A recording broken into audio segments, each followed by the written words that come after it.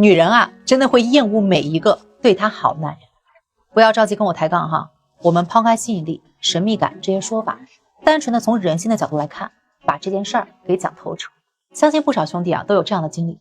就是你掏心掏肺的对待他，事事替他考虑，他一找你，你就随叫随到，他提出的要求呢，你全部尽力满足，哪怕委屈自己，也只想让他舒心。可时间久了，你会发现，他不仅没有被打动，愿意回头，反而呢对你越来越不耐烦，甚至打心底里抵触你，觉得你纠缠不休，没有底气。这并不是他不懂感恩，核心问题啊就出在你的付出没有底线，没有分寸。你自以为这是念及旧情，真心挽回，可在他眼里呢，这种一味妥协的姿态就是没有主见，没有立场，变成了招之即来挥之即去的样子。回想一下你的状态哈，他发来消息，你不管手头多忙，都会立刻放下事儿去回应。他随口提一句想要什么，你想方设法也要满足。两个人产生分歧，他闹情绪的时候啊，不管对错，你都先低头道歉，一味的哄劝他。日复一日啊，他慢慢习惯了你的主动，你的迁就，笃定了你不会离开。久而久之啊，他不再顾及你的感受，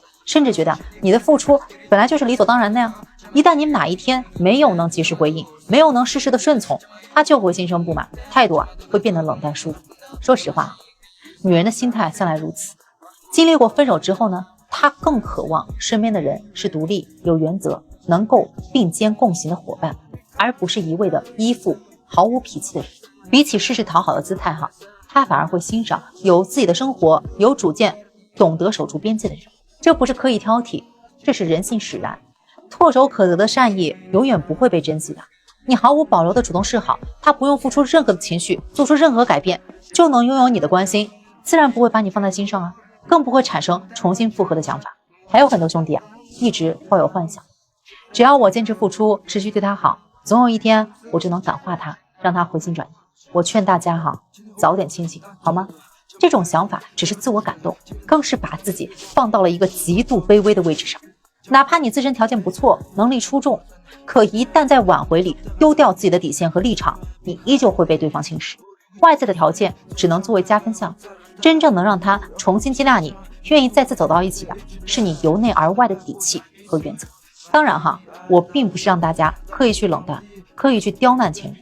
毕竟想要修复关系，善意和包容是必不可少，但挽回的前提是把握分寸，守住底线，拒绝无脑付出。你可以释放善意，可以顾及他的感受，但不能一味的迁就妥协。他合理的诉求，正常的相处互动，你可以坦然回应。可如果他提出过分的要求，肆意消耗你的情绪，你一定要果断拒绝，不用担心惹他不开心了。你重新把重心放回到自己身上，经营好生活，维系好圈子，专注于自身提升，不要把所有的时间和精力全部耗费在等待他回应、刻意讨好这件事儿上。